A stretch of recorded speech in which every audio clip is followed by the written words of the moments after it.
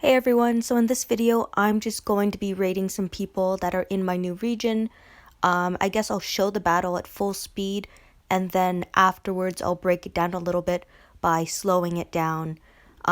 These are just raids against some teams that I've never seen before actually, except maybe in cross-regional war, so I thought it would be interesting just to show you guys the first 6 raids that I do in my new region of Whitfield. So against this team, I saw Pete lead, so I expected a bit of a tanky defense. I don't see Kapoor, which is a good sign. Kapoor, I don't like him on defense. I just find him to be like a space waster, really. Ajax is interesting, but he can be very effective with a huge bonus to AP leader, because if you're not able to kill him with your blue tunes, he has a nice rush, which recovers HP, I think it's 75%, as well as he taunts enemies into him. He has an active elusive skill.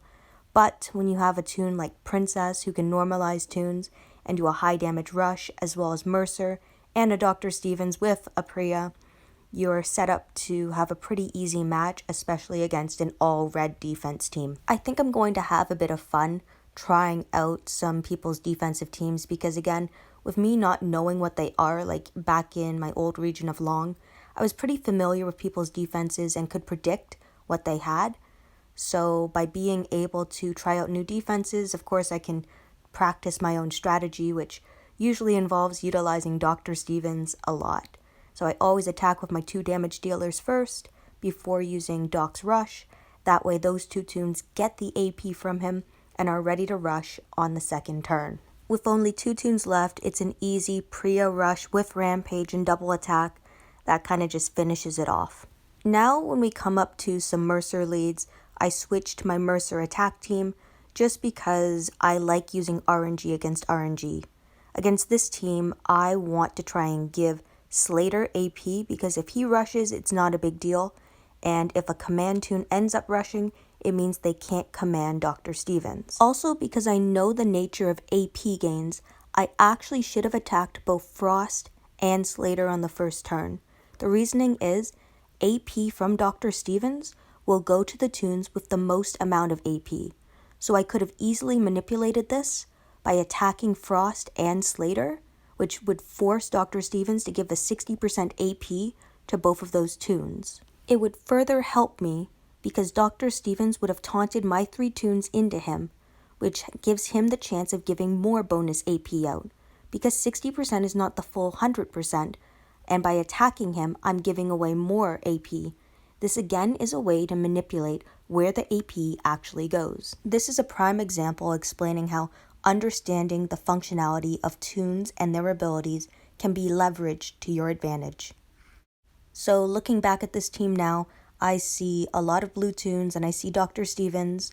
I know Dr. Stevens is going to give away AP, so I attacked Slater, but I wasn't able to trigger him, which I was hoping for because of a Mercer lead. The AP went to Slater as well as Dr. Stevens, which was to my advantage. Dr. Stevens was commanded on the first turn, meaning he can't rush this turn. Because Slater has a full AP bar, I know he's going to rush, which provides focus, revive, and bleed to my team. I don't want to attack with Priya because I'll probably end up triggering some tune on the other team, which would mean a rush and probably a loss. This turn, it's time to regroup. I use Princess's active skill Normalize. It affects Slater, Mercer, as well as Frost. Next, I have to think about what move I actually want to make. If I attack, like I did with Priya, I'm likely to trigger someone. I command my Priya in order to try and kill the tunes on the other team, especially the Priya. Now I got lucky by using Dr. Stevens' Rush, and I was able to apply Impair to the enemy. The taunt doesn't really do anything because the other team is focused. That's one of the downsides of letting Slater go off, but it was a necessary move to make in order to win the match. A Princess Rush down the one line was a guaranteed 2 kills. Now, I was unsure about these other 2 tunes. I'm not exactly sure how tanky they would be, so instead I saved a Priya rush for them. I rushed on Frost because if I rushed on Mercer, I could have ended up stunning my Priya. I was also able to apply both Confuse and Impair to the enemy's Frost. The next team that we come upon we get a Pete lead. So we say we're going to switch teams and use my Priya attack team.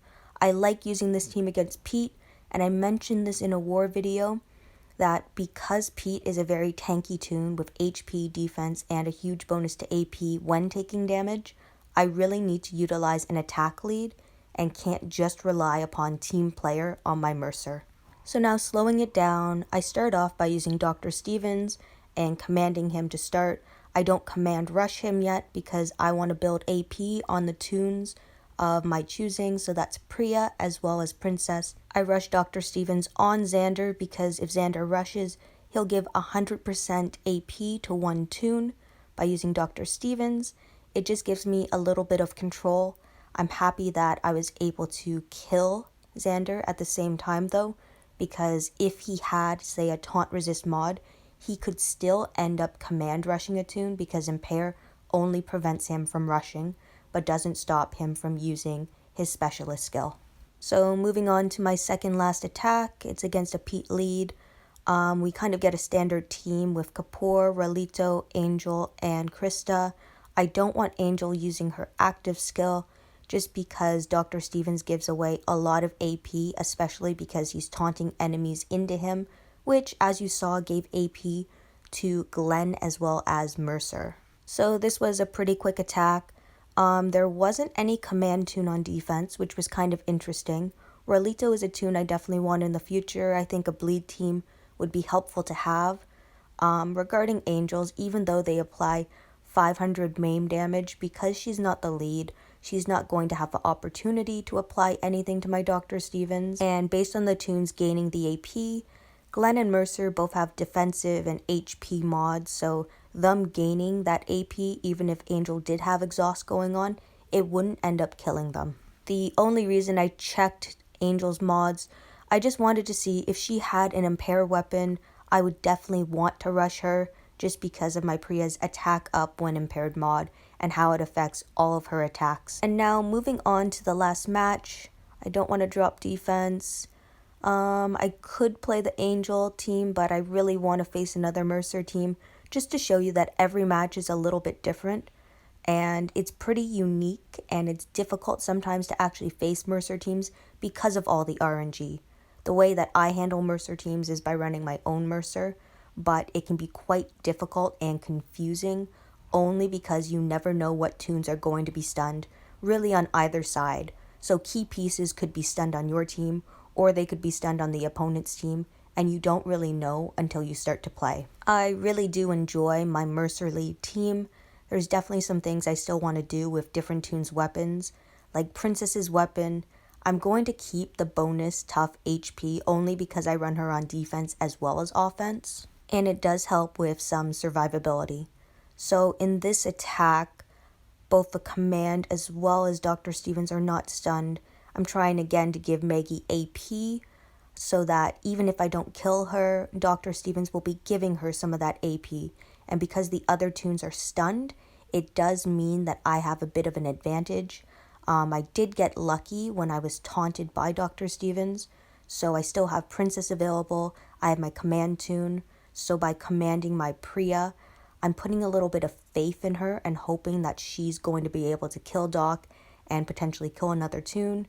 She only killed the one, but that was sufficient, and I was able to use Princess's active skill in order to taunt lock 3 toons. Now it's a little unfortunate I didn't get Princess in that, but because I still have my Princess available, I can rush that Princess, and that stops the taunt lock of my own team, but still keeps the opponent in a taunt lock as well as in a normalized lock.